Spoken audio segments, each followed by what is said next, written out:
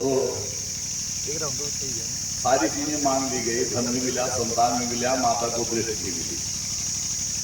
ऐसे इसने सोचा कि हम ऐसी मांग मांगे कि जिसमें अमरता अपने आप आ जाए, कि सीधे अमरता का वरदान नहीं मिले।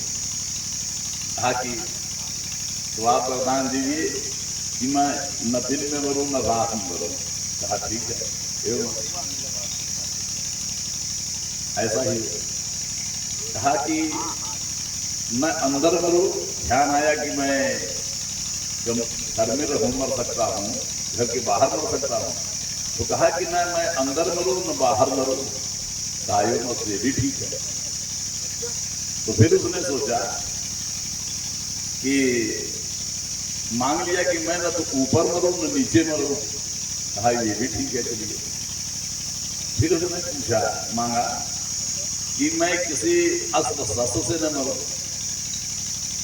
तो कहा ये भी ठीक है। कहा लेकिन अभी सृष्टि तो बहुत है। कहा कि आपकी सृष्टि में जितने भी लोग हैं, किसी से मेरी मृत्यु न हो। कहा ये भी ठीक। और कुछ लोगों को कथन है कि कहा कि ये समय जो 12 महीने का है, इसमें भी मेरी मृत्यु न हो। तो उसने इस प्रकार से मांगा कि किसी भी प्रकार मेरी मृत्यु न हो।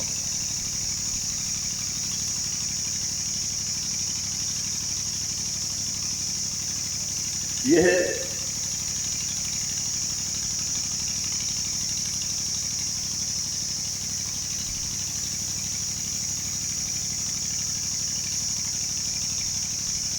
प्रश्न उठा है भगवान की सर्वत्र व्यापकता का।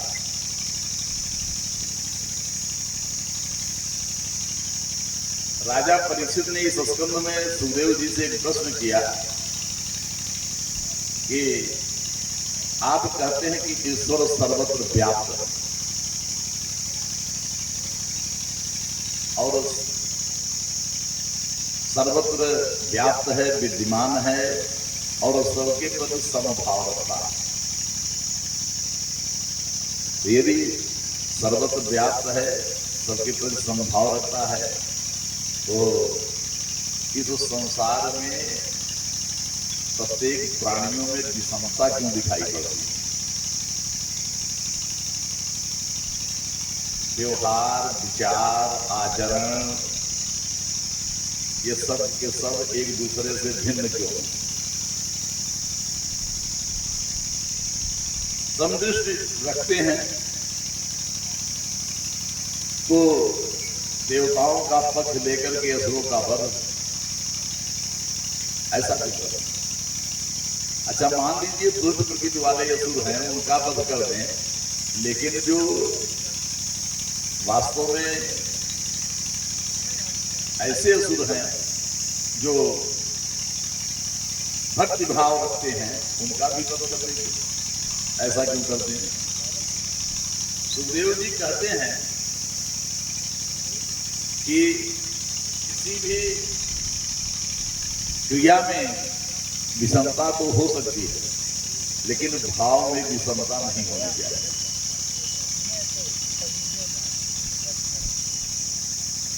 भावाद्वैतम सदा कुर्यात् क्रियाद्वैतम न कदाचित्।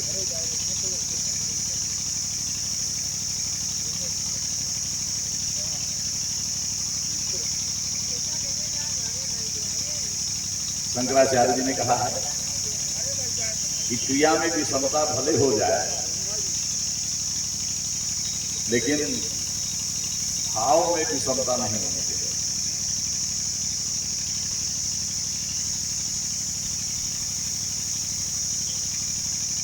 गृहस्थ में सब लोग हैं, कोई व्यक्ति अपने समस्त घर के सदस्यों से स्नेह करता है, लेकिन स्नेह का भाव तो एक जैसा है, लेकिन व्यवहार की बात आएगी तो भिन्नता होगी। जैसे माता पिता को अपने प्रणाम करेगा, पत्नी को बच्चों को नहीं प्रणाम करे, उनसे स्नेह रखे। शरीर के हमारे ही अंग हैं, कहीं कोई भी चोट लग जाए किसी भी अंग के, वो पीड़ा तो एक जैसी अनुभव होगी, लेकिन हमारे शरीर के ही समस्त अंगों का कार्य भिन्न। पैरों को चलना है तो आप कहते कि हाथ चलने लगे, नेत्र चलने लगे, ये संभव नहीं। नेत्रों का कार्य है देखना, तो वो सुनने लगे, कान देखने लगे, ये भी संभव नहीं। तो कार्य तो सबका भिन्न भिन्न है। कहा गया विद्या विनय संपन्ने ब्राह्मणे गभ्यस्तिनि सुनिचैव सुपाके च पुण्यता समुदरम्।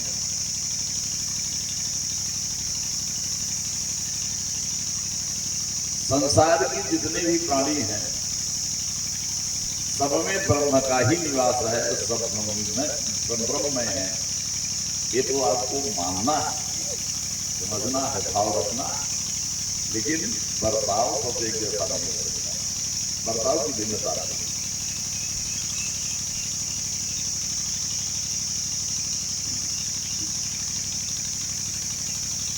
इसी की बात है जब शिशुपाल के सर को चतुर्दर्शन से भगवान ने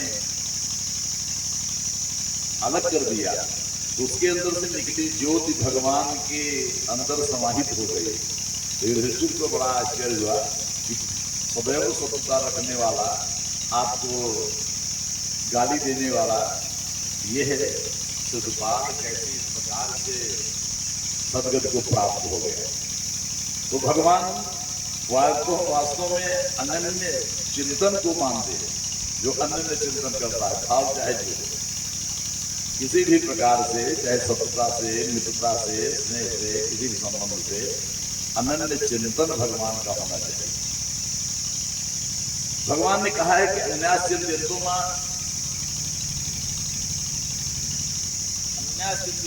ये जना प्रकाश तेषां नित्यायुक्तानां योगक्षेमं वहाम्यहम्। जो मेरा अनन्य चिंतन करता है उसको जो प्राप्त नहीं उसकी प्राप्त, जो प्राप्त हो जाता है उसकी सुरक्षा करता है। आज हिरण्यकशिपु ब्रह्मा से वर मांगता है अमरता का। इसी बीच जब हिरण्यकशिपु तब के लिए गया तो इंद्र ने हिरण्यकशिपु के महल पर आक्रमण कर दिया और कयाध को गर्भिणी समझ करके अपने साथ ले जाने लगा। रास्ते में नारद जी का मिलना हुआ। नारद जी ने कहा कि अरे इंद्र, ये क्या कर रहे हो, किसको ले जा रहे हो?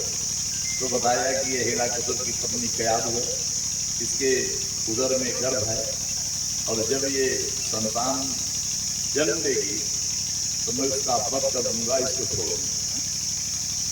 तब तक के लिए मैं इसको अपने यहाँ बंधनी रखूंगा। नारद जी ने कहा कि अरे इंद्र, ये भगवान का अन्य भक्त है, तुम्हारी सामर्थ्य इसको मार डालने की नहीं। जैसे ही नारद जी ने कहा, एक परिक्रमा करके प्रणाम करके इंद्र अपने स्थान को चले जाते हैं। नारद जी के सानिध्य में ही कयाध का रहना होता है। नारद जी कयाध को भगवत कथाओं को सुनाते हैं, भगवान के गुणानुवाद करते हैं, भगवान के नामों का संकीर्तन करते हैं। सुनाते तो कयाध को हैं कहने के लिए, लेकिन दृष्टि उनकी उदरस्थ उसी गर्भ पर है।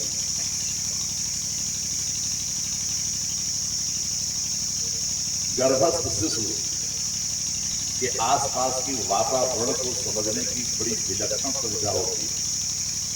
आपने सुना है चक्रव्यूह की लड़ाई का ज्ञान किसी के पास नहीं था।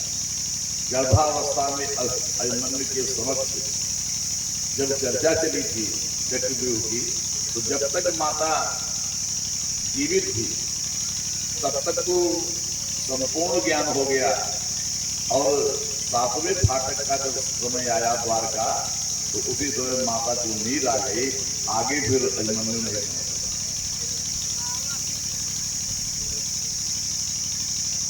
तो ये प्रहलाद भी नारद जी के सानिध्य में रहे गर्भावस्था में, इसलिए भगवान के प्रति इनकी सहजा भक्ति, इनका मन सहज ही भगवान में लगा हुआ।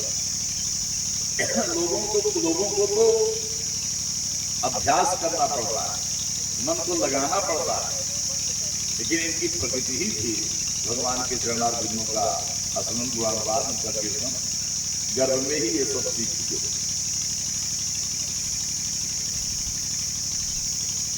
और जब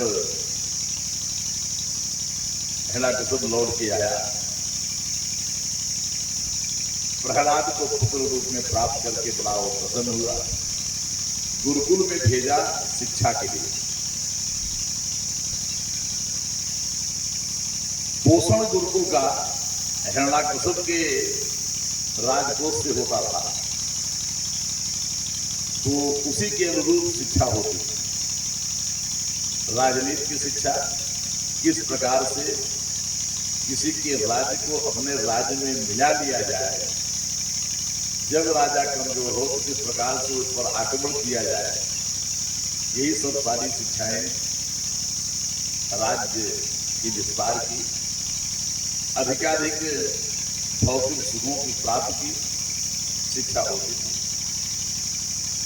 यद्यपि ये प्रहलाद को प्रिय नहीं थी, लेकिन गुरुकुल में निवास था, शिक्षा ग्रहण करनी थी।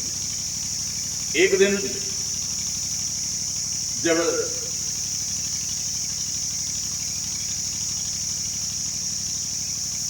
हिरण्यकशिपु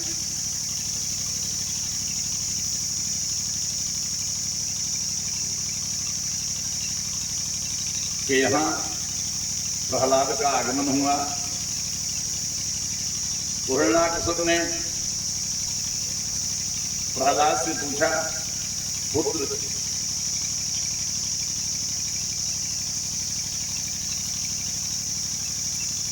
तुमने अपने गुरुकुल में जो शिक्षा प्राप्त की है, उसमें जो तुम्हें सबसे अच्छा लगे तो मुझे बताओ।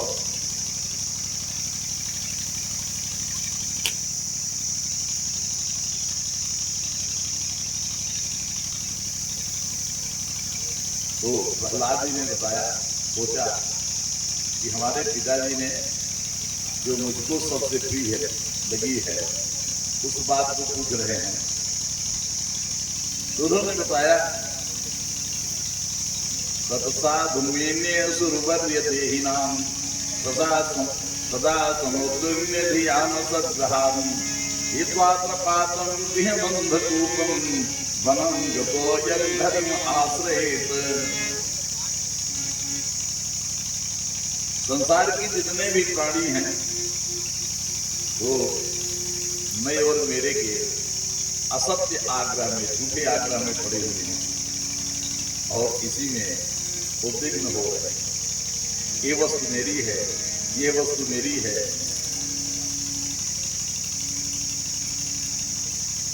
मैं इस प्रकार से कुशल हूं कार्य करने में, यही सब कार्य है। ऐसे प्राणियों के लिए हित्वात्म पातम गृहबंधकूपम, ऐसे प्राणियों के लिए मैं तो यही समझता हूं कि यह ऐसे कुएं में गिर रहे हैं जो फिर आज से आच्छादित है, जिसका पता नहीं चलता है। तो कुआं गहरा, लेकिन फिर आज से आच्छादित ढके होने के कारण से उस कुएं का आभास नहीं होता और तो कुएं में गिर पड़ता है। और यदि किसी को इस अंधकूप जो ढका हुआ है इसमें गिरने से बचना है, बचने की चाह है, तो वनम गतो यदि हरिम आश्रय, तो उसको पल में जा करके भगवान के चरणारविंदों का आश्रय से हज का ग्रहण करना चाहिए। अपने पुत्र को अपने शत्रु के विषय में यह कहता सुनकर के हिरण्याकश्यप को बड़ा क्रोध आया। उसने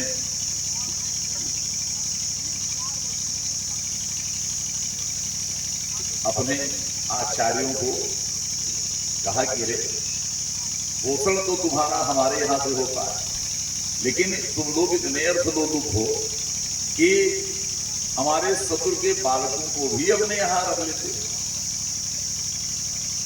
यदि कोई ऐसा शत्रु का बालक तुम्हारे यहां नहीं है तो ये बुद्धि हमारे पुत्र को कहां से प्राप्त हुई?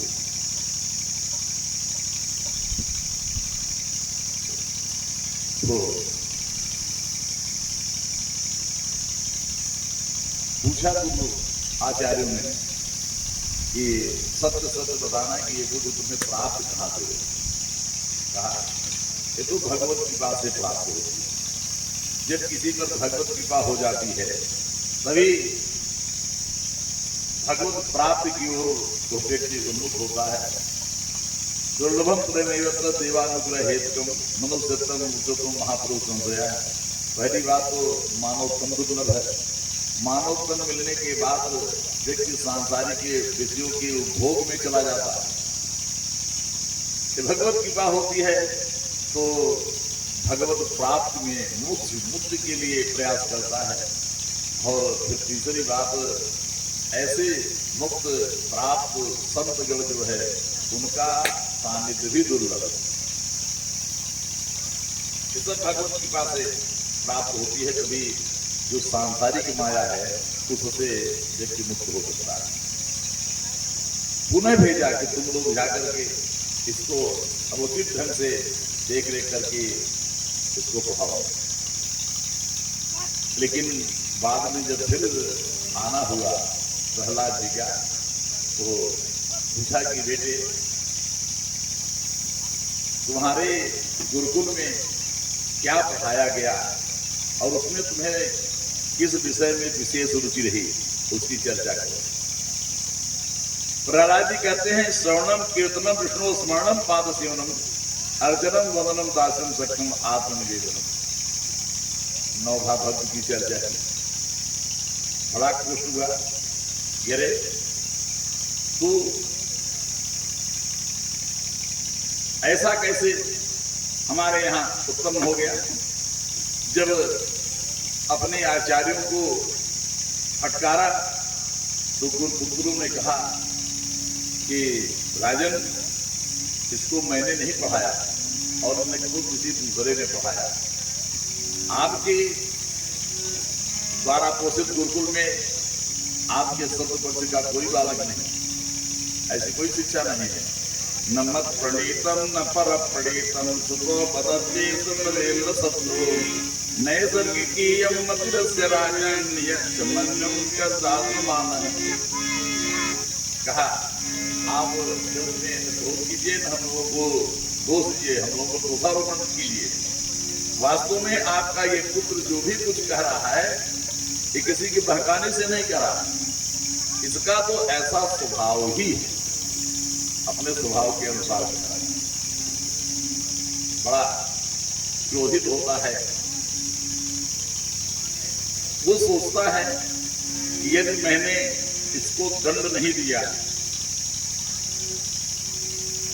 तो राज्य में हमारी प्रतिष्ठा धूमिल हो जाएगी, क्योंकि मैंने राज्य में समस्त लोगों को ईश्वर आराधन, ईश्वर नामोच्चारण से निषेध कर दिया है कि कोई भी विष्णु का नाम नहीं लेगा, क्योंकि नाम लेने से ही तो इसको शक्ति मिलती है, बल मिलता है, इसलिए सब निषेध कर दिया है। तो ये नाम कैसे ले रहा है? दंड देना चाहिए। प्रहलाद जी तो समझाया बुझाया, एक बार फिर सोचा कि प्रयास कर लिया जाए, लेकिन प्रहलाद जी जब गुरुकुल जाते हैं तो जितने भी बालक गण हैं सबको भगवान का नाम उच्चारण कराने लगा। श्रीमन नारायण नारायण रसना कुछ सत कहे न कहे, दिन रात प्रहार अरे यमकार, सुकुमार शरीर सहे न सहे। भजले प्रभु के पद पंकज को, भजले प्रभु के पद पंकज को, कल जीवन प्राण रहे न रहे, कल जीवन प्राण रहे न रहे। ये जीवन क्या है? ये वास्तव में भगवान की आराधना के लिए किया है। मानो जीवन क्या यही लक्ष्य है। किसको सांसारिक विषयों में न लपटाया जाए, सांसारिक विषयों में न लगाया जाए और भगवत प्राप्ति करके अपने को मुक्त कर लिया जाए आवागमन से। आप जो भी इस जन्म में भगवत आराधन करते हैं वो अगले जन्म में कैसे लाभ देता है, इसकी चर्चा है। कल एक श्लोक में आया था, व्याधस्या चरणम ध्रुवस्य च वयो, विद्या गणेन्द्रस्य का कुब्जाया किं नाम रूपमधिकं, किं तत्सुदाम्नो धनम्, वंशः को विदुरस्य यादोपते, उग्रस्य किं पौरुषं, भक्त्या पुस्तति केवलं न च गुणे, भक्ति प्रियो माधव। राधा साचरण व्यास मैली ने कैसा आचरण किया, भगवान के पैरों में सब संस्थान किया, हिरण की मुख को समझ कर। यद्यपि वो दंड का पात्र था, उसको भी इस प्रकार से दंड मिलना चाहिए था, लेकिन भगवान ने परम धाम दिया। छोटे सी बालक ध्रुव की कथा चर्चा हुई। भगवान के प्राप्त के लिए आचरण की आवश्यकता नहीं है, भगवान को प्राप्त करने के लिए अवस्था कोई मायने नहीं रखता, भगवान को प्राप्त करने के लिए विद्वता की कोई आवश्यकता नहीं है, भगवान को प्राप्त करने के लिए रूप गुण आदि की आवश्यकता नहीं है, उच्च कुल की आवश्यकता नहीं है, पुरुषार्थ की आवश्यकता नहीं है। भगवान किसी भी गुणों पे नहीं रुकते, भगवान को तो भक्ति से समझाया जा सकता है। भगवान के प्रति यदि हम भक्ति करें, भक्ति प्रिय मात्मा। गजेंद्र की बात आई, विद्या गजेंद्र से कहा। गजेंद्र जल की खोज में अपने समस्त परिवार के साथ विचरण कर रहा है। ग्रीष्म ऋतु है, सब जगह सरोवर सूख से गए हैं, कोई सरोवर मिले उसी की ताक में विचरण कर रहा था। सहसा आने वाली हवाओं से आर्द्रता का अनुभव उसको हुआ, तो जिधर से आर्द्रता का अनुभव हुआ, हवा जिधर से चल रही थी, अपने समस्त परिवार के साथ उधर प्रस्थान कर देता। कुछ दूर चलने के बाद बड़ा सुंदर स्वच्छ जल से युक्त एक जलाशय उसको प्राप्त होगा। अपने सब परिवार के साथ ऋषा की शांति की सब स्वस्थ होते हैं और बालकों के साथ जल क्रीड़ा करने लगता है। बहुत से हाथियों के समूह द्वारा इस सरोवर में प्रवेश करना और सबके एक साथ जल क्रीड़ा करना, तो इस मंथन से जो शांत जल था सरोवर का वो अशांत हो गया। बहुत ही गहरे स्थल में उपस्थित एक ग्राह तो जब जल में बड़ा कंपन समझ में आया तो वो समझता है कि तट पर बहुत सा कोई समूह आ गया, वो भी सुधार था। आखेट की तलाश में उछल पड़ता है, आहार की तलाश में। संयोग की बात है, इतना संपूर्ण परिवार की किसी भी प्राणी के पास ग्राह नहीं पहुंचता है। अब जिसका समय आता है उसी के पास पहुंचता है। काल को भी देखिए, ऐसे ही गज जैसी हम लोगों की भी स्थिति है। विश्व में बहुत से प्राणी हैं, जिले में हैं, ग्राम में हैं, परिवार में कई लोग हैं, लेकिन सबको छोड़ देता है। जिसका समय आता है काल उसी को पकड़ता है, उसी को अपने साथ लेता है। आज गज का समय आ गया था और सबका परित्याग करके गज के ही पांव उसने पकड़ लिया। और असावधान गज जो बालकों के साथ जब क्रीड़ा कर रहा था परिवार के साथ, वो ग्राह द्वारा खिंचता हुआ आनंद जलराज की ओर चल पड़ा।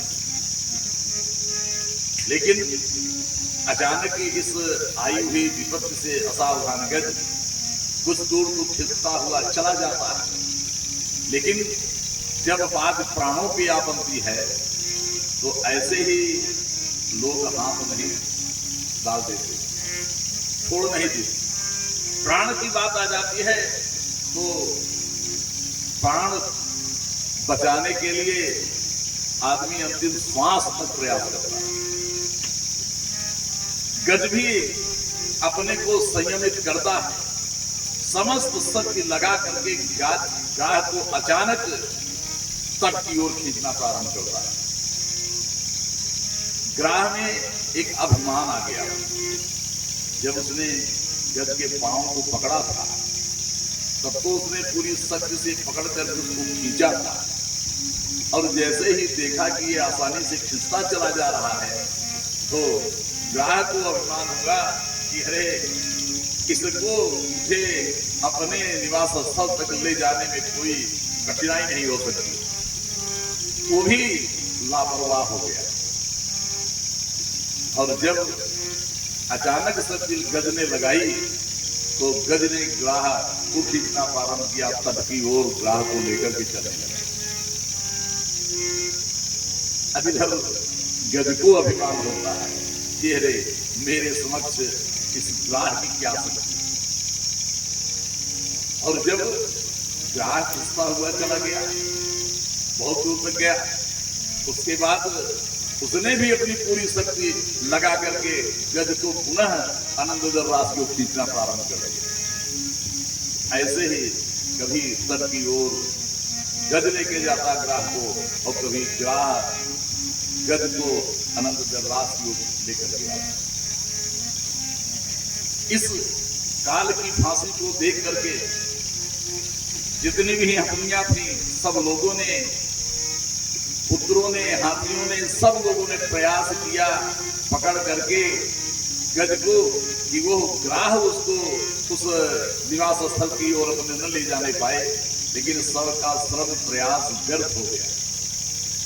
जैसे जब काल किसी का आ जाए तो चाहे जितनी व्यवस्था कर लिया जाए, चाहे जितनी डॉक्टरी दवाई कर लिया जाए, व्यवस्था कर लिया जाए, कोई बचा नहीं सकता। ऐसे ही आज संपूर्ण परिवार गज का चाह कर भी गज को बचा नहीं पा रहा, क्योंकि ये विधाता की प्रबल फांसी है काल की। अब सब लोगों ने गज की बचने की आशा छोड़ दी। कब तक रहते? सब लोगों ने साथ छोड़ दी। जिनको हम अपना मानते हैं, समझते हैं, वो समय आने पर सब किनारा कर लेते, कोई किसी का नहीं रह सकता। एक गुरुजी ने अपने शिष्य से बताया कि कोई भी अपना नहीं, जिनको हम अपना समझते हैं वो केवल व्यवहार में कुछ है, लेकिन वास्तविक रूप से नहीं है। उन्होंने कहा कि ये आप क्या कह रहे हैं? हमारे माता पिता हैं, हमारी पत्नी है, बच्चे हैं, सब मुझ पर प्राण निछावर करते हैं और आप कह रहे हैं कि संसार में कोई किसी का नहीं। कहा ठीक है, एक योग उनको बताया।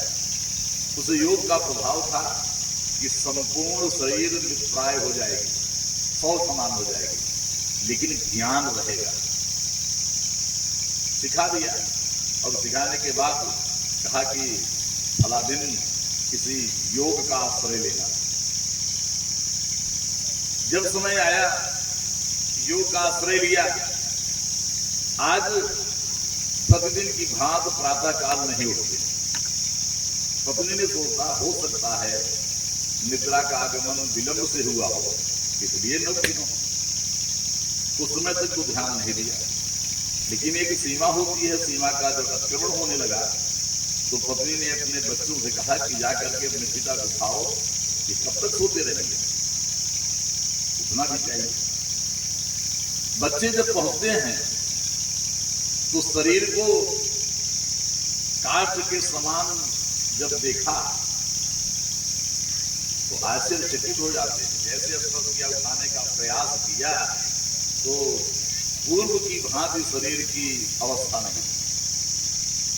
भयभीत होकर के मां के पास पहुंचे। मां भी आश्चर्यचकित हुई। माता और पिता ने भी सुना इस बात को तो वो भी आश्चर्यचकित हुए। सब पहुंचते हैं और जो दशा देखी माता पिता ने पुत्र की, बच्चों की माता ने अपने पति की, वो दशा बड़ी ही विकास वाली थी। सब रुदन करने लगे। उनकी रुदन को सुनकर के आसपास के लोग आए। दुष्ट प्रकृति क्या व्यक्ति हो तो उसकी मृत्यु पर सब पसंद होते हैं कि चलो कम से कम एक कंटक निकल गया, लेकिन जो सबका सुहृद हो, सबके कार्य आता हो, सबकी सहायता करता हो, उसकी मृत्यु सबके लिए कष्टकर होती। जो भी सुनता उसके नेत्रों से अतिपात हो जाता, चल पड़ता। इधर गुरुजी अपने स्थान से चलते हैं। रास्ते में एक वृद्ध से भेंट हुई। वृद्ध से उन्होंने पूछा कि यह करुण कंदन किस जल से हो रहा है। तो कहा कि क्या बताएं, अभी बड़ी नई उम्र है और छोटे छोटे बच्चे।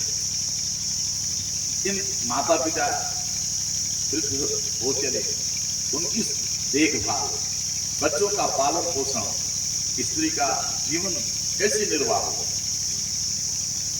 ये जब हम लोगों के लिए कष्टकर है।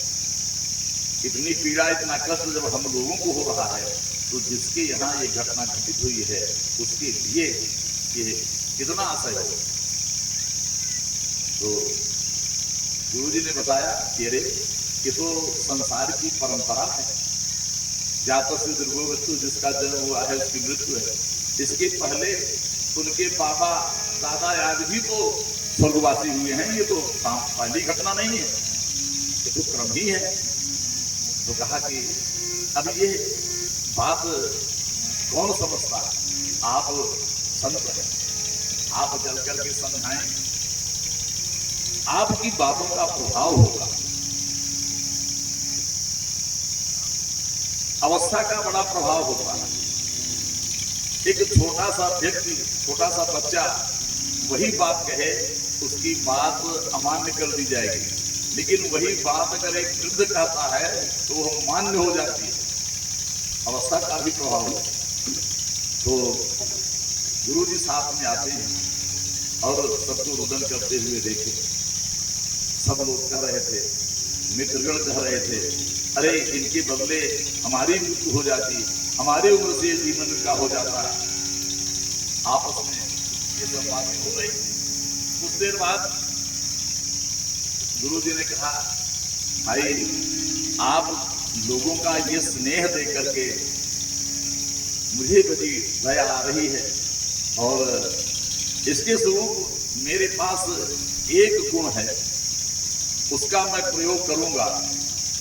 ये जीवित हो जाएंगे, लेकिन इसके लिए हमें दुग्ध की आवश्यकता है। दुग्ध बड़ी ही शीघ्रता से के साथ एक कटोरे में उपस्थित किया गया। एक पुड़िया उन्होंने डाल दी और कुछ समय तक वो ध्यान मग्न होकर के पढ़ते से रहे, किसी मंत्र का जाप करते रहे। धीरे धीरे दूध का रंग काला हो गया। गुरु जी ने कहा कि व्यवस्था तो हो गई है, लेकिन इसका पान करने वाला कोई चाहिए। जो इसका पान करेगा उसकी मृत्यु हो जाएगी, उसी की उम्र से इनका जीवन होगा। आयु तो नहीं बढ़ाई जा सकती है, किंतु किसी की आयु को किसी में परिवर्तित किया जा सकता है। जैसे एक ने अपने पुत्र की युवावस्था ले ली थी, वृद्धावस्था दे दी थी, ऐसे ही परिवर्तन हो सकता है। तो किसी की आयु को ये प्राप्त होकर जी सकते हैं। मित्रों की बात आई तो कौन सा ऐसा मित्र है जो अपनी आयु दे करके जीवित करना चाहेगा। माता पिता की बात आई तो माता ने कहा कि मेरे न रहने पर ये जो वृद्ध हैं इनकी देख राख, इनके सुख दुख में कौन सम्मिलित रहेगा। पिता की बात आई, पिता ने कहा कि ये जो वृद्धा हैं इनकी देखभाल कौन करेगा, इनके सुख दुख में कौन रहेगा। वृद्ध माता पिता के पास तो कोई बैठना भी नहीं चाहता, रहना भी नहीं चाहता। सब अपने अपने में मस्त रहते हैं। उनके पास किसी के पास उनके लिए समय नहीं है। जब पत्नी की बात आई तो पत्नी ने कहा कि छोटे छोटे बच्चे किस पर आश्रित रहेंगे, सब किनारा कस लेते, सब जान छिड़के, लेकिन जब मृत्यु का समय आ जाता है तो बिलना एक आदमी कोई आदमी हो इतना ये रहने तो सब अपने अपने प्राणों की सुरक्षा करते हैं। नाव भवन में डूब जाए, डूबने लगे तो सब अपने प्राण बचाने के लिए भागेंगे, दूसरे को बचाने के लिए।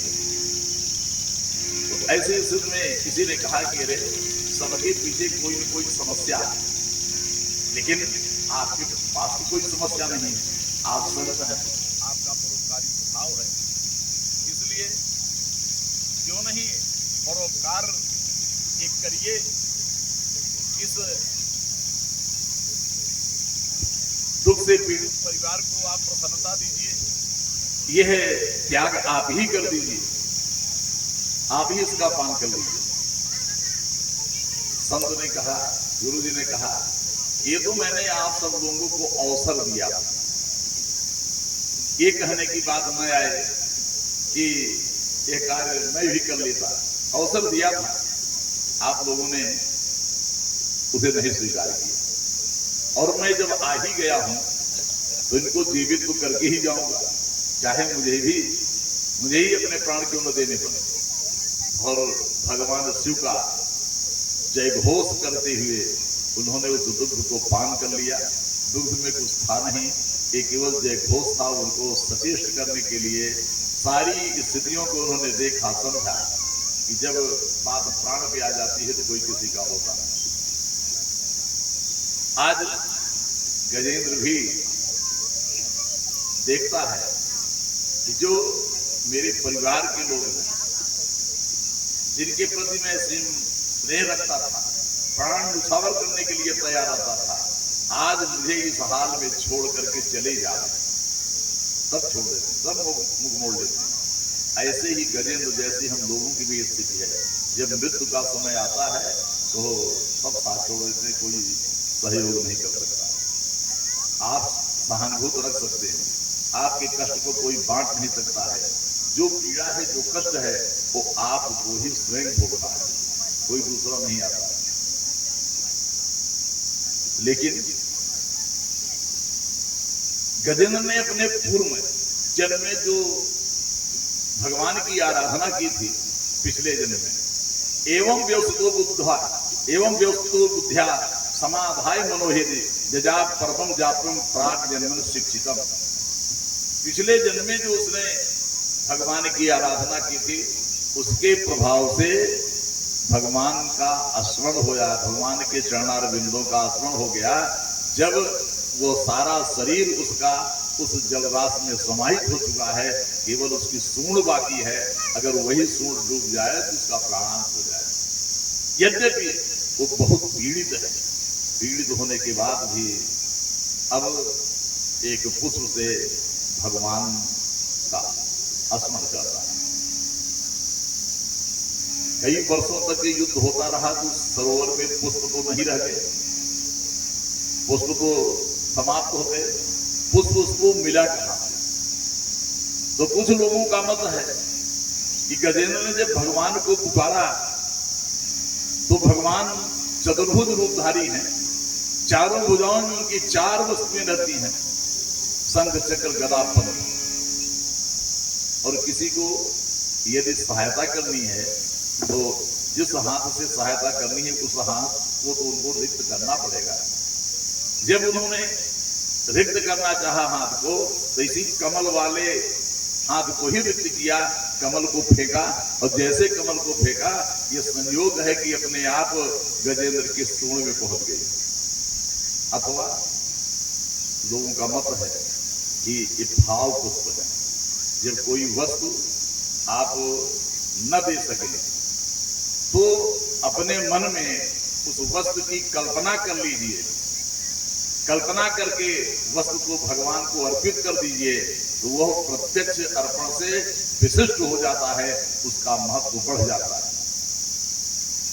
प्रभु बेगी अजामिल पार कियो, अघ ओघ दियो पल माही बिदारी। जन रक्षक आपकी बानी पड़ी, जब से प्रहलाद को लीनो बारी।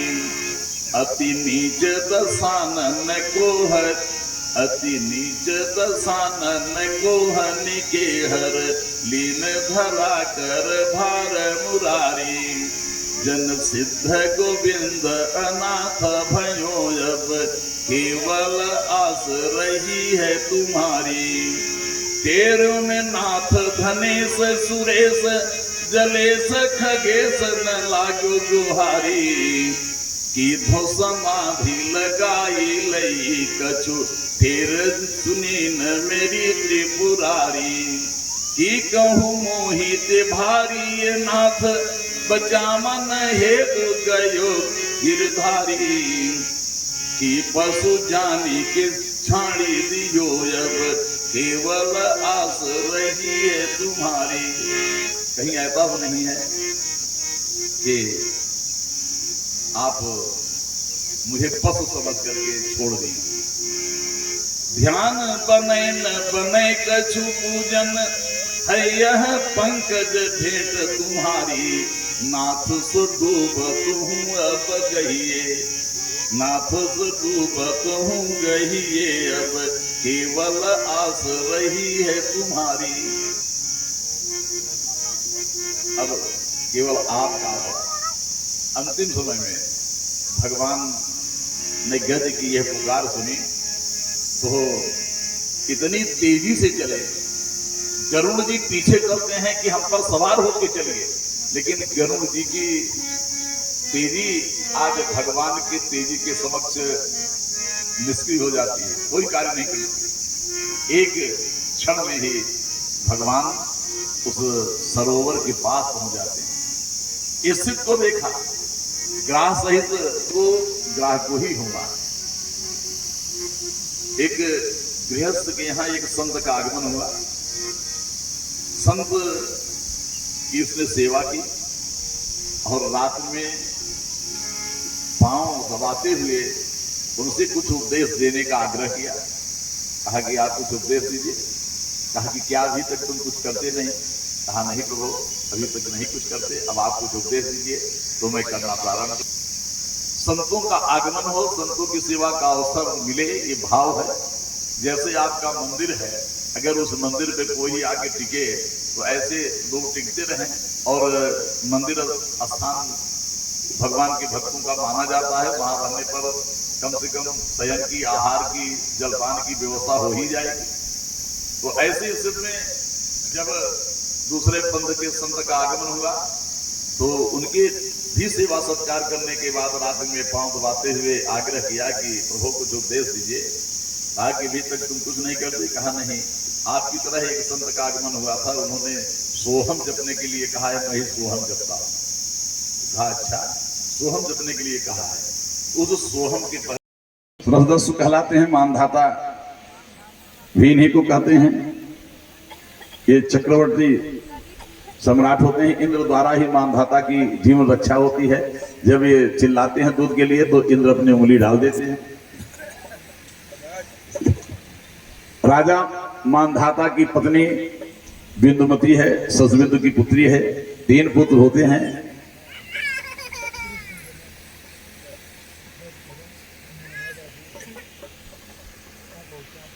और 50 बहनें होती हैं। ये अमरीश दूसरे हैं, पुरकुश और मुचकुंद। 50 बहनें होती हैं। सौभर ऋषि एक बार यमुना तट पर स्नान करने गए तो एक मत्स्य को अपने परिवार के साथ बड़ा आनंदित देखा। इनका भी विचार आया कि मैं भी गृहस्थाश्रम स्वीकार करूं। राजा के पास जाते हैं और उनसे मांगते हैं। मांग किया, हाँ बस साथ वहीं पहुंचने का प्रयास किया जा रहा है। और उन्होंने कहा कि यदि कोई कन्या मेरी आपको पद रूप में स्वीकार कर ले तो मैं उसका विवाह कर। आज से समझा, उन्होंने बड़ा सुंदर रूप बनाया, 50 में स्वीकार कर लिया, 50 के साथ विवाह कर लिया। 50 महल बनाए, 50 रूप बनाए। लेकिन एक दिन जब उन्हें ध्यान आया कि एक मत्स्य के इस गृहस्थ आश्रम के आनंद को देख करके मैं कितना अधपतित हो गया, मेरी तपस्या कितनी नष्ट हो गई, तो सब कुछ छोड़ करके पुनः तपस्यारत हो गई। सती होने वाली थी, महर्षि और उन्होंने रोक दिया कि उनके संतान है। जब यह जानकारी उनकी सौतों को हुआ तब उनको विष दे दिया। लेकिन ये विष भी कोई प्रभाव नहीं डाल पाया। विष के साथ पुत्र की उत्पत्ति हुई। गर्भ के सहित होने के कारण इनका नाम सगर हुआ। इनकी 60,000 पुत्र। अश्वमेध यज्ञ में इंद्र ने घोड़े को चुरा करके कपिल मुनि आश्रम के बांध दिया।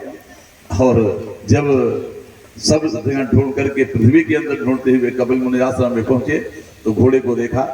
उनको अपमानजनक शब्द कहते हुए मारने के लिए दौड़े। कपिल जी ने जैसे नेत्र खोले वैसे सब भस्म हो गए। उनके पुत्र असमंजस बड़े योगी थे। यह देखने में तो बच्चों को सरयू में डाल देते थे, इसीलिए देश निकाले का आदेश दिया और सगर जी ने। और बाद में उन्होंने समस्त पुत्रों को जीवित वापस कर दिया और वन में चले गए। सब बड़े आश्चर्यचकित हुए कि हमारे जो पुत्र सरयू में फेंके गए थे सब जीवित हैं। सगर को इससे बड़ा पश्चाताप हुआ। असमंजस की अंशुमान कहा और कहा कि जब तक गंगा का अवतरण नहीं होता, गंगा का है आगमन नहीं होता, तुम्हारे चाचा लोगों की मुक्ति नहीं होगी। अंशुमान जी प्रयास करते हैं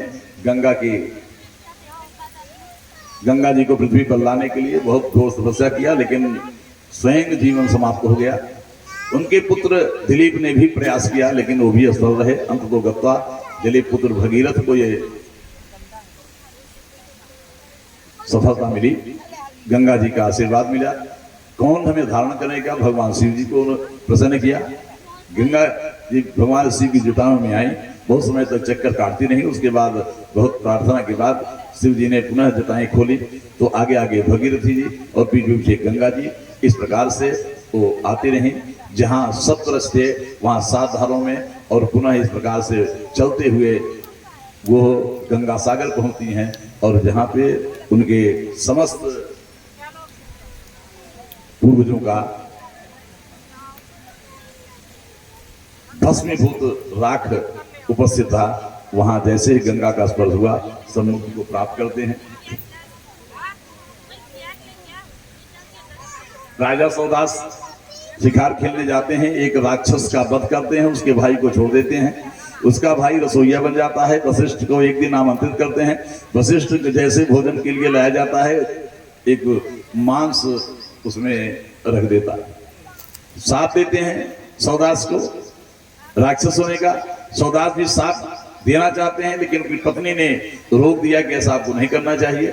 तो वो अंजल का जल हम कहाँ डोलें, कहाँ फेंके? ये पृथ्वी पर कहीं फेंकते हैं तो वहां भी जीव जंतु हैं, अपने पैरों पे फेंक दिया। अपने पैरों पे फेंकने के कारण से उनका यह पैर जो है काला हो गया, तो उनको कलमुष पाप कहा गया। राक्षस रूप में जीवन यापन कर रहे थे। एक ब्राह्मणी दंपति पुत्र की इच्छा से सानिध्य में थे। ऐसे समय में ब्राह्मण को पकड़ लिया, ब्राह्मण का भक्षण करने लगे।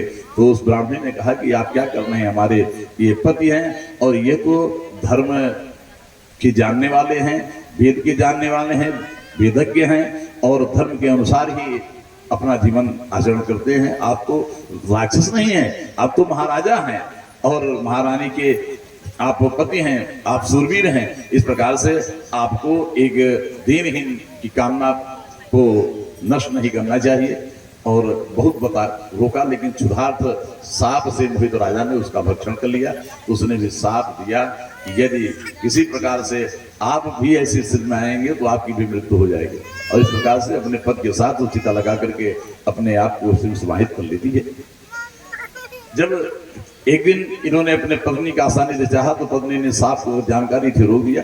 बाद में वशिष्ठ के द्वारा यह संतोष पुनः होती है और क्रम आगे चलता है।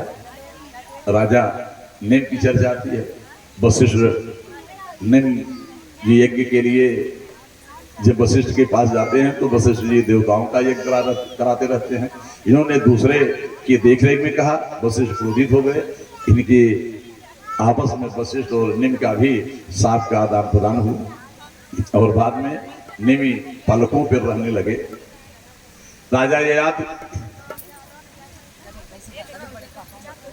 राजा नहुस के 6 पुत्र, उसमें एक ययाति हैं। ययाति एक दिन शिकार खेलने जाते हैं। देवयानी को, शुक्राचार्य की पुत्री को शर्मिष्ठा अपनी सखियों के साथ स्नान करती है। वस्त्र की अदला बदली हुई। देवानी ने थोड़ा सा आक्षेप किया, शर्मिष्ठा ने कुएं में ढकेल दिया और याद के द्वारा उनका कुएं से उद्धार होता है। क्योंकि हाथ पकड़ा है इसलिए आप मेरे साथ विवाह कीजिए। तो ब्राह्मण के साथ कैसे विवाह कर सकते हैं? तो कहा कि कच ने ऐसा साथ दिया है कि ब्राह्मण कुमार वर्णन नहीं कर सकता। और यहाँ आती हैं, अपने पिता से बताती हैं। पिता रुष्ट होकर के जब राज्य छोड़ना चाहते हैं तो इसी प्रकार से मनाया जाए। यश देवयानी मान जाती है तो मुझे कोई रुकने में कोई और विरोध नहीं है, मैं रुक जाऊंगा। देवानी से आग्रह किया गया, शर्मिष्ठा दासी होकर के हमारे यहाँ चले, तब मैं प्रसन्नता के साथ रुकने के लिए तैयार हूँ। शर्मिष्ठा दासी बन के जाती है। समय आने पर यहाँ देवानी के 2 पुत्र होता ही है।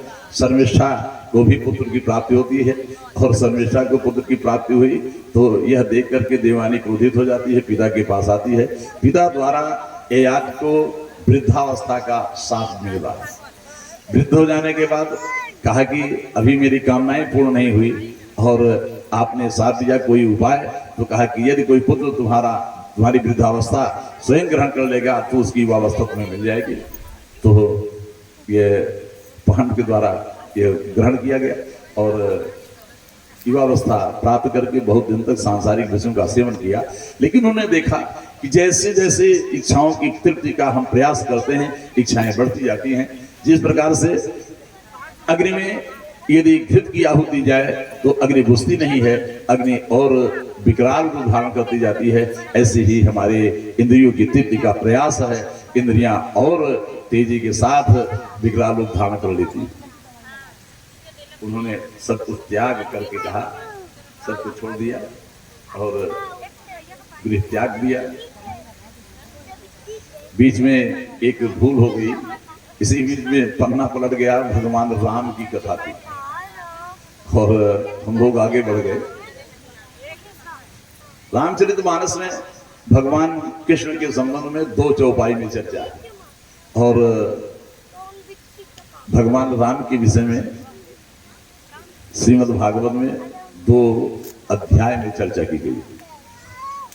राम की चर्चा आती है, रामायण सतकोटि अपारा।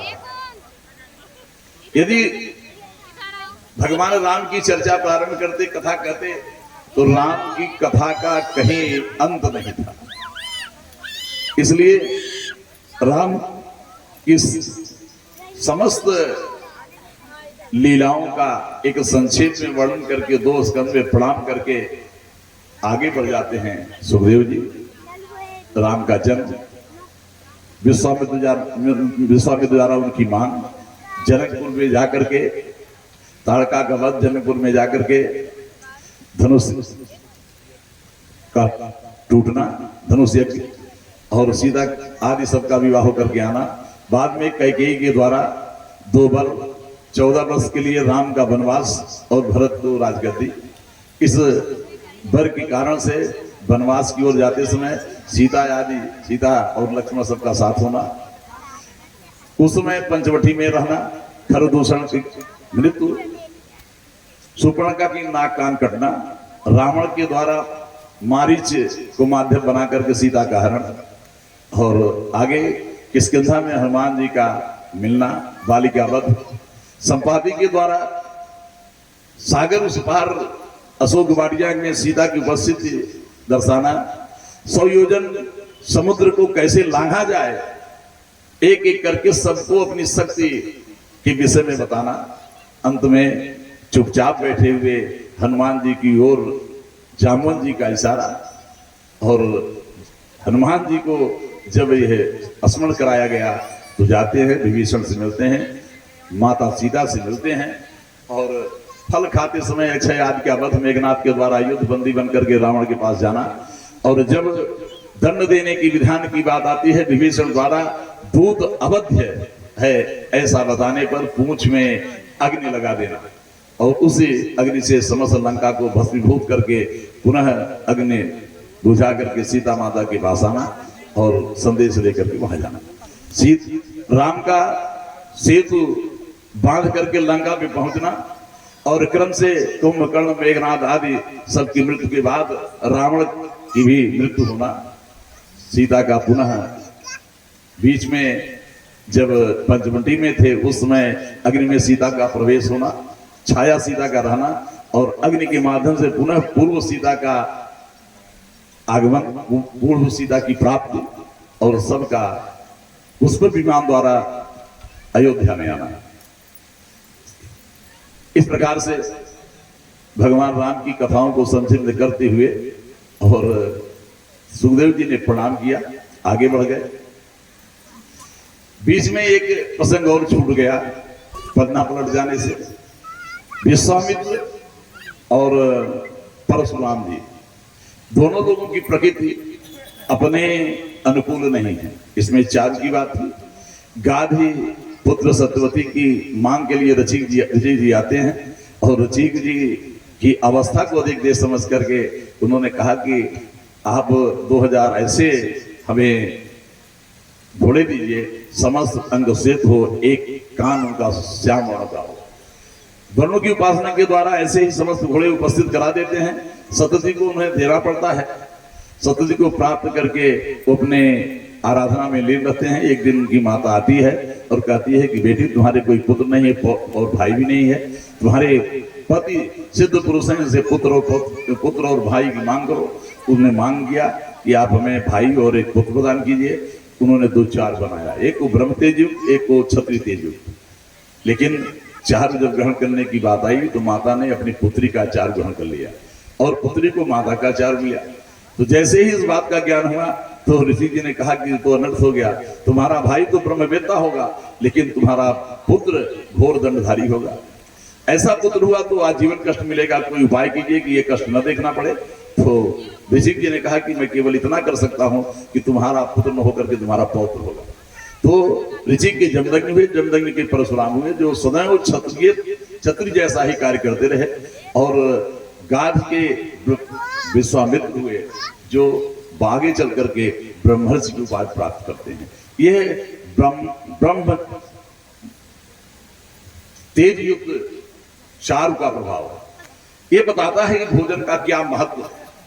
भोजन जो आजकल व्यवस्था है, हमारे यहाँ भोजन को 4 व्यक्तियों को निर्धारित किया गया है, उनका बनाया आप ग्रहण करें। ये सब के लिए है, किसी एक के लिए नहीं। माता, बहन, पत्नी, लड़की, ये 4 बनाए उसको ग्रहण कीजिए, 5वां सो बाकी रहिए। यदि कोई आवश्यक हो बहुत अत्यंत लीजिए, इससे अधिक न लीजिए। नहीं, ये सदैव नुकसान करने वाला है।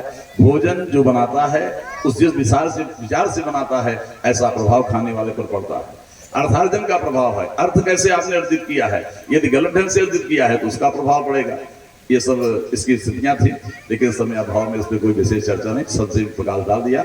आगे इन्होंने कहा कि प्रभु मैंने सब कथाएं सुनी, लेकिन अब मैं कथा सुनना चाहता हूँ चंद्रवंश की, उन भगवान की सुनना चाहता हूँ जिनके द्वारा मेरे पूर्वजों ने कौरवों की सेना सागर जैसी थी, और उस सागर जैसी सेना को हमारे पूर्वजों ने ऐसे आसानी से पार कर लिया जैसे एक बछड़े के खुर में वर्षा का जल हो, और उस वर्षा के जल को जो खुर में है लोग आसानी से लांग जाते हैं। ऐसे ही हमारे पूर्वजों ने कौरवों की सैन्य सागर जैसी जो थी उसको पार कर लिया, विजय प्राप्त कर लिया। बताइए, भीष्म पितामह, द्रोणाचार्य, कृपाचार्य आदि कितने बड़े बड़े महान योद्धा थे जिन पर विजय सिंह प्राप्त करना असंभव था, लेकिन ये भगवत कृपा से सब लोगों ने सब पर विजय सिंह प्राप्त की।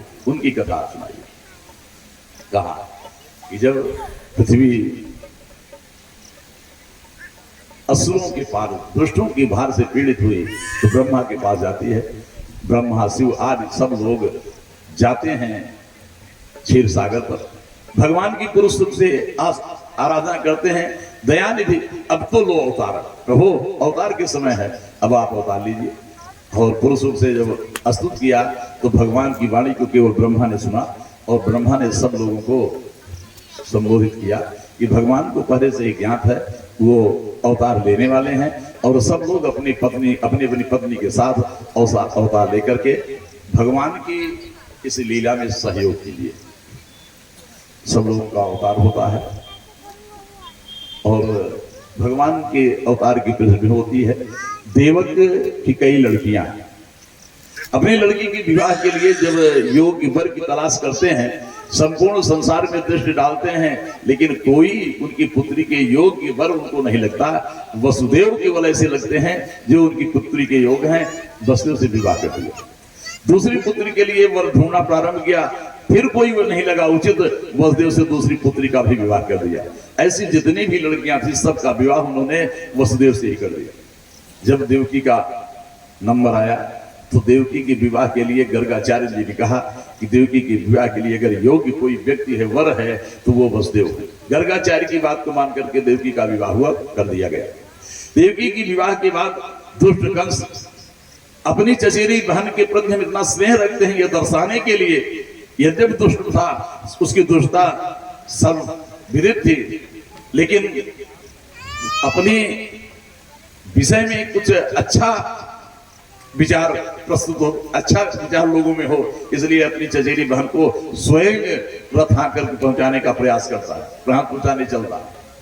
आज जब वो चलने लगा तो देवता लोग हड़बड़ाए कि अगर ऐसा स्नेह रहा इसका वध कैसे होगा। आकाशवाणी करवा दिया कि रे कंस, जिसको तू इतने स्नेह से पहुंचाने जा रहा है उसी के 8वें गर्भ से तेरी मृत्यु होगी। दुष्ट प्रकृति का कंस अभी तो पहुंचाने जा रहा था, दूसरे क्षण तो जो सज्जनता थी सब समाप्त हो गई, दुष्टता अपने आप प्रकट हो गई। उसने सोचा कि न रहेगी बांसुरी बजेगी, बांसुरी इसी का हम इसी को समाप्त कर दें तो कहां से संतान होगी। तुरंत केस पकड़ा और हाथों से खड्ग निकाला, मारने के लिए विवाह किया था, पानी ग्रहण किया था। वसुदेव जी ने तो कहा कर्तव्य है मुझे इसका बचाना, मुझे प्रयास करना चाहिए अंतिम क्षणों तक, मृत्यु तुरंत होने वाली है तो टालने का प्रयास करना चाहिए, समय टल जाए, हो सकता है कि मृत्यु ही बच जाए। ऐसी स्थिति में आगे रे आप क्या करने जा रहे हैं, आप तो भोजवंश के महान वीर हैं, और इतने वीर होकर के भी अपनी चचेरी बहन का वध करने जा रहे हैं, वो भी प्राण के भय से। अरे जातस्य ध्रुवो मृत्यु, जिसका जन्म है उसकी मृत्यु निश्चित है। आप जब पग रखते हैं तो आपका एक पग जो है आगे वाला स्थिर हो जाता है, तभी आप पीछे वाला पग उठाते हैं, बिना स्थिर हुए पग नहीं उठाते हैं। एक कीड़ा जब दूसरे तिनकों को पकड़ता है तो पहले पकड़ लेता है, तब पीछे वाले तिनके को छोड़ता है। इसी प्रकार से आत्मा इस शरीर को तब छोड़ती है जो दूसरे की व्यवस्था कर लेती है, तभी छोड़ देती है।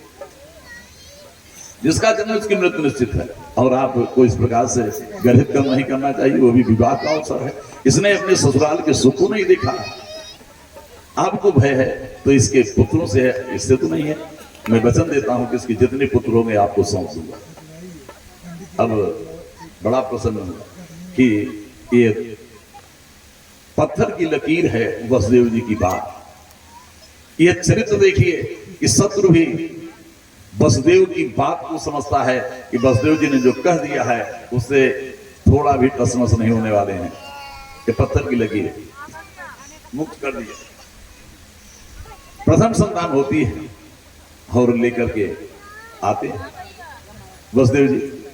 कंस ने देखा वसुदेव जी की वचनबद्धता देखी और कहा कि इसको आप ले जाइए, मुझे इसकी आवश्यकता नहीं है, मुझे 8वें पुत्र की आवश्यकता है, 8वां पुत्र हमें चाहिए। जब कंस ने वसुदेव जी को पुत्र वापस कर दिया तो सभासद लोगों ने कंस की बड़ी प्रशंसा की। अरे महाराज जी हमारे कितने दयालु हैं, बिना किसी कारण के किसी का वध नहीं करते, किसी की हिंसा नहीं करते। अरे वसुदेव के पुत्र को उन्होंने मुक्त कर दिया, छोड़ दिया। इसी समय नारद का आगमन हुआ। नारद जी ने कंस की प्रशंसा चतुर्थी सुनी तो कहा कि ऐसा कौन सा कार्य कंस द्वारा हुआ जिसकी तुम लोग प्रशंसा कर रहे हो, मुझे भी बताओ। तो कहा कि अभी अभी वसुदेव जी अपने पुत्र को लेकर आए थे, हमारे महाराज जी ने उसको वापस कर दिया। कहा कि रे कंस, देवताओं की कूट भाषा का तुझे ज्ञान नहीं है, तुमको मारने के लिए चारों तरफ घेरा बनाया जा रहा है कि जितने भी लोग दिखाई पड़ रहे हैं तुम्हारे आसपास ये सब देवता ही हैं अवसर की तलाश में। और तुम समझ रहे हो कि देवताओं ने जो आकाशवाणी हुई है 8वें पुत्र के लिए हुई और इसको तुम समझ नहीं पाए। अष्टदल कमल को दिखाया, कहा कि गिनना प्रारंभ करो, जहां से गिना उसके बगल वाला 8वां है और जो गिना था उसके बगल से गिनना शुरू किया तो जहां को एक पहले को माना था वो 8वां हो गया।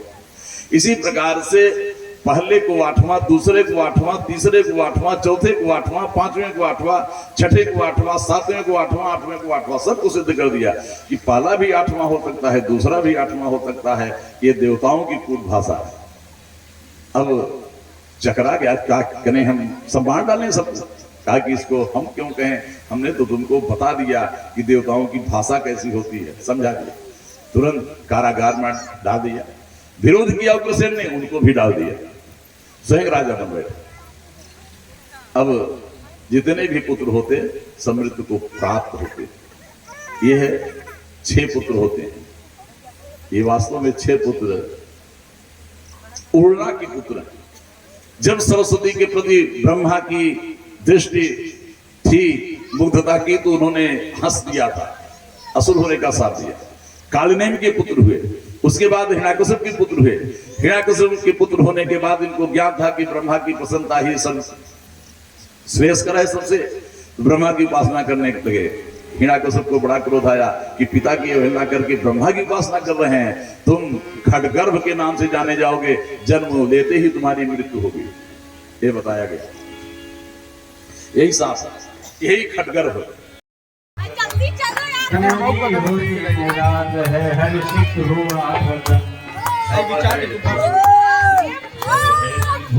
आपके प्रसाद का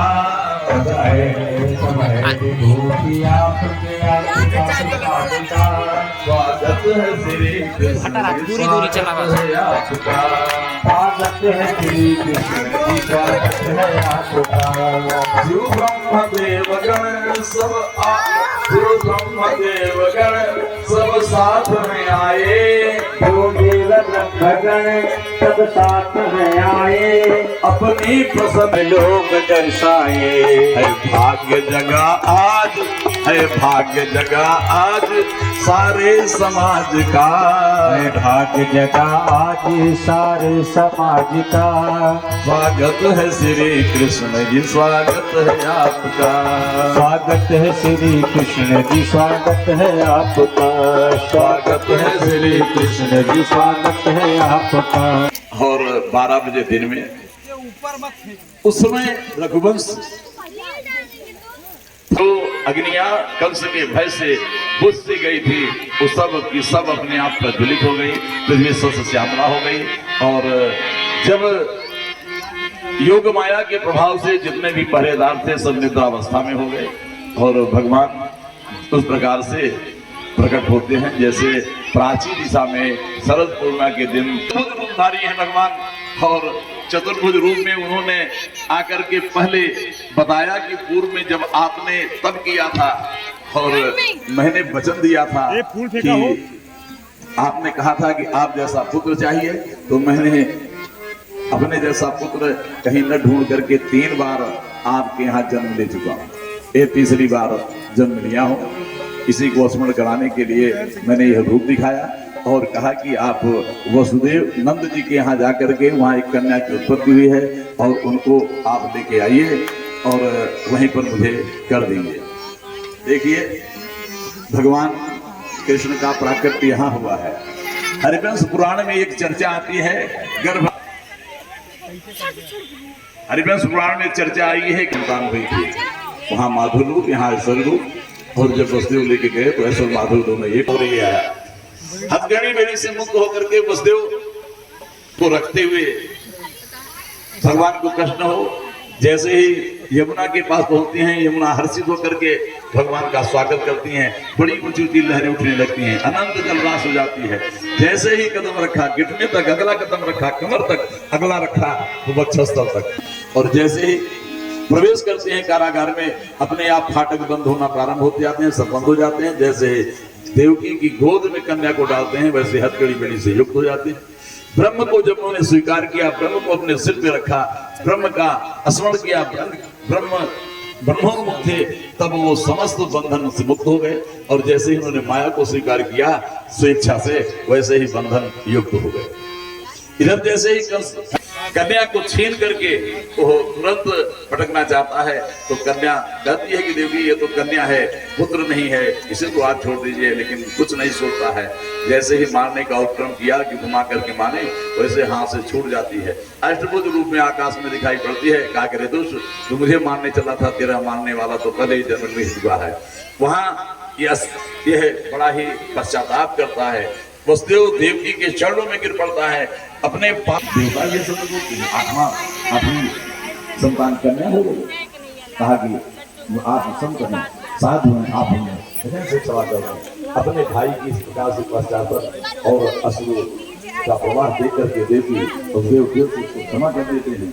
आता है, जैसे ही अपनी सभा में बैठता है, सब लोगों से चर्चा करता है, वैसे ही सब लोगों ने कहा कि एक इधर जितने भी नवजात शिशु हैं, सबका एक ओर से हम लोग बंद करते हैं, उसी में आपका सफल भी होगा, पहले हो जाता है, तैयार होती है। इधर जैसे ही भगवान का स्वरूप दिखाई पड़ता है, अचानक मैं जागृत हूँ कि निद्रा में हो, उन्होंने अपने कपड़ों को छुआ, जागृत है, उनकी बहन सुनंदा आती और शुभ समाचार देती है कि आपको लंबा हुआ है। अब दोनों किवाड़ों के ओर से हल्का सा छिद्र बना करके दिखाया गया, और वही स्वरूप था जो उन्होंने अभी अभी स्वप्नवस्था देखा था। बड़े प्रसन्न हुए, आराम से चारों तरफ जय जयकार होती है। बधाई हो यशोदा जी, आपको इस समय पुत्र प्राप्त हुआ। बधाई गीत ये सब गाने वाले हैं। और महलों में अंगना, अंगना में पलना, महलों में अंगना, अंगना में पलना, पलना में झूले यशोदा कललना, पलना में झूले यशोदा कललना। तेरे लाला की, वो तेरे लाला की जय जय कान लाल, बधाई बजे अंगने में। जायो जायो यशोदा जी लाल, बधाई बजे अंगने में। नंद भवन आनंद भयो है, नंद भवन आनंद भयो है। श्री कृष्ण को जन्म भयो है, श्री कृष्ण को जन्म भयो है। यशोदा जी लाल, बधाई बजे अंगने में, बधाई बजे अंगने में, बधाई बजे अंगने में। हो जाओ यो यशोदा जी लाल, बधाई बजे। सब सखियां आई नंद बाबा को जी लाल, बधाई बजे अंगने में। जायो जायो यशोदा जी लाल बधाई बाजे अंगने में। जायो जायो यशोदा जी लाल बधाई बाजे अंगने में। बोलो वृंदावन बिहारी लाल की जय। आइए हम आप सब मिलकर के नंद बाबा को बधाई दें। आप सभी बोलिएगा भैया, जब कहेंगे बाबा बधाई हो तो आप सभी। इतने में तो यही रोडों पर आवाज न पहुंची हुई बगलिया। और कैसे बोले, बाबा बधाई हो, बधाई हो, बाबा बधाई हो। आए हम सब मिल करके एक बधाई गीत। प्रगटे हैं कृष्ण कन्हैया गोकुल में बाजे बधैया। प्रगटे हैं कृष्ण कन्हैया गोकुल में बाजे बधैया। बाजे बधैया हाँ बाजे बधैया, बाजे बधैया हाँ बाजे बधैया। प्रगटे हैं कृष्ण कन्हैया गोकुल में बाजे बधैया। ताल ढको बाजे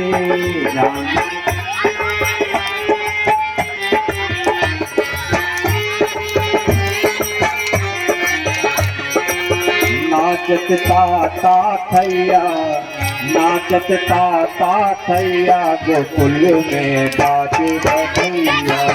नाचत ताता थैया गोकुल में बाजे बधैया। प्रगटे हैं कृष्ण कन्हैया गोकुल में बाजे बधैया। प्रगटे हैं कृष्ण कन्हैया गोकुल में बाजे बधैया। जगमग जगमग जगमग जगमग दियना, जगमग जगमग दियन जलत है। जगमग जगमग दियन जलत है। झिल मिल होती अटैया, झिल मिल होती अटैया। झिल मिल होती अटैया गोकुल में बाजे बधैया। झिल मिल होती अटैया गोकुल में बाजे बधैया। बाजे बधैया हाँ बाजे बधैया, बाजे बधैया हाँ बाजे बधैया। जन्म है कृष्ण कन्हैया गोकुल में बाजे बधैया। जन्म है कृष्ण कन्हैया गोकुल में बाजे बधैया।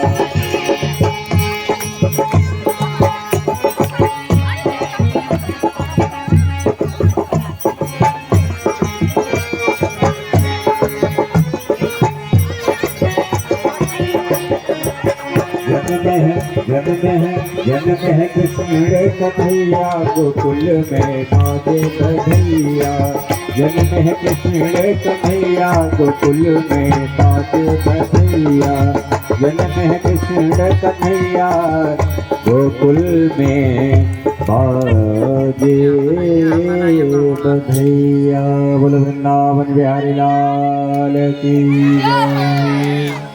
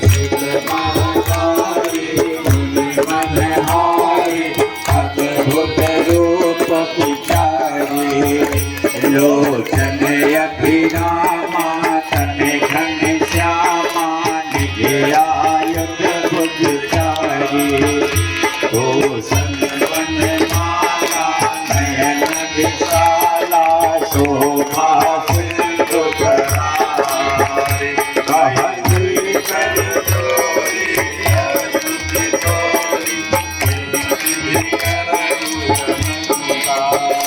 माया गुण ज्ञानातीत अमाना वेद पुराण बनता करुणा गुण सागर सब गुणमय श्रुति संता तो मम हित लागी जन अनुरागी प्रकट भयउ श्रीलंका ब्रह्मांड निकाया निर्मित माया रोम रोम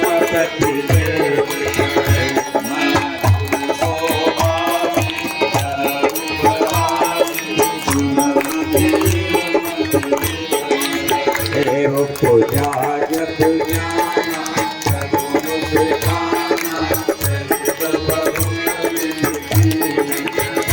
कहीं कथा सुहाई माँ को बुझाई यही प्रकार सुख प्रेम माता पुण्य गोरी मति डोली सजहु तात यह रूपा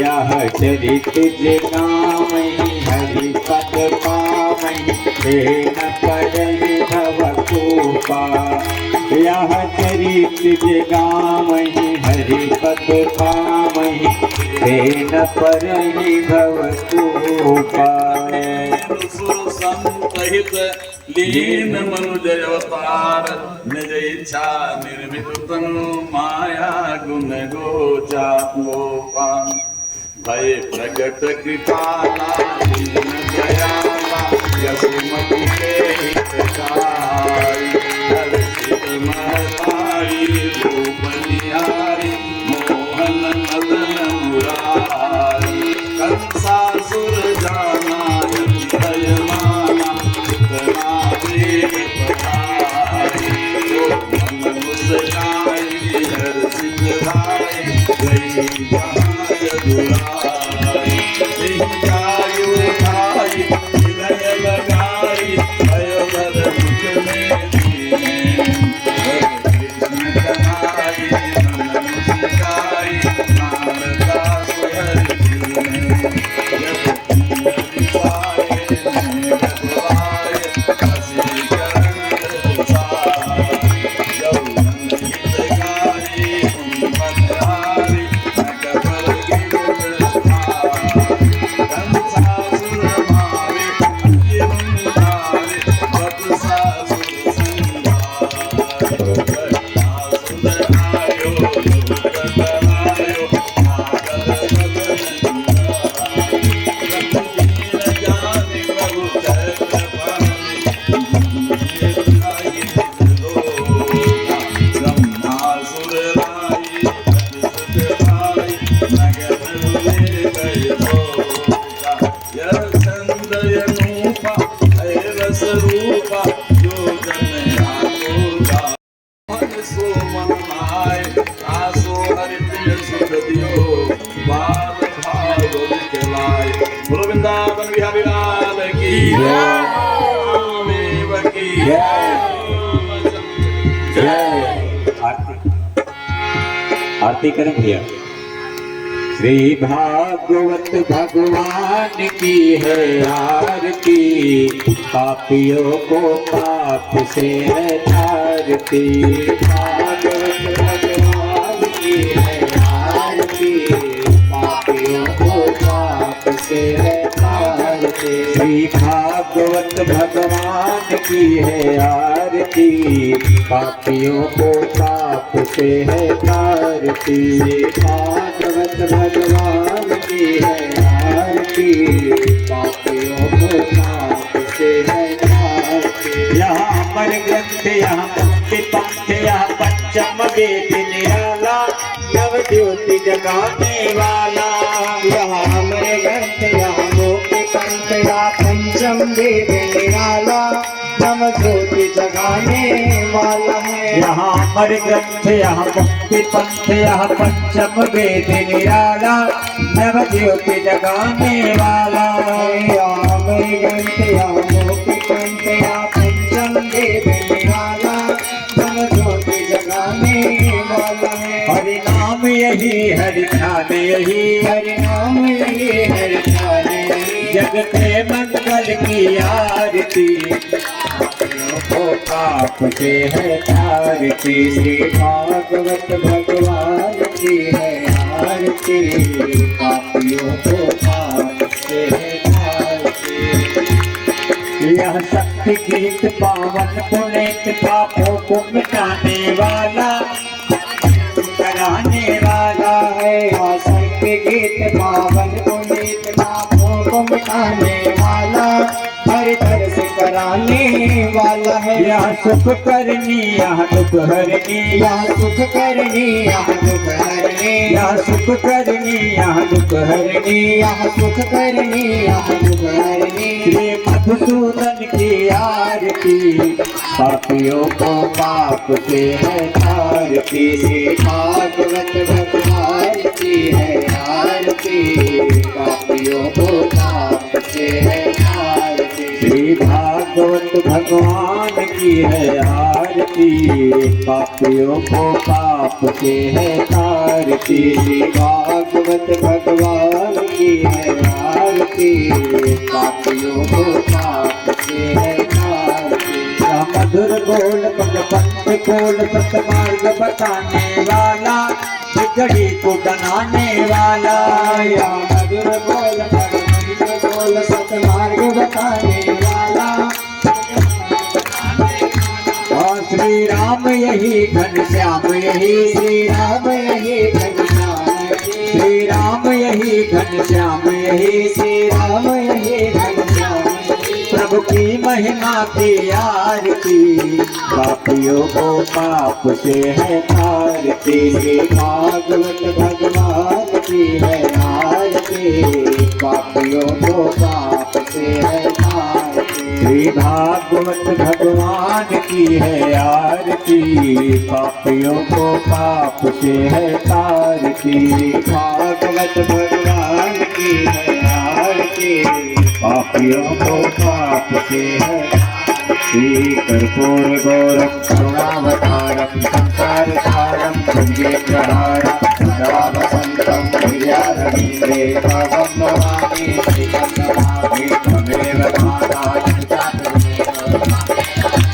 पिता त्वमेव त्वमेव पिता त्वमेव त्वमेव सर्वं मम देव देव त्वमेव सर्वं मम देव देव। हरे राम राम राम हरे हरे हरे राम राम हरे हरे। हरे कृष्णा कृष्ण कृष्ण हरे हरे हरे कृष्ण कृष्ण कृष्ण हरे हरे। हरे राम राम राम हरे हरे। गोविंदावन बिहारी लाल की जय। महादेव की जय। रामचंद्र की जय।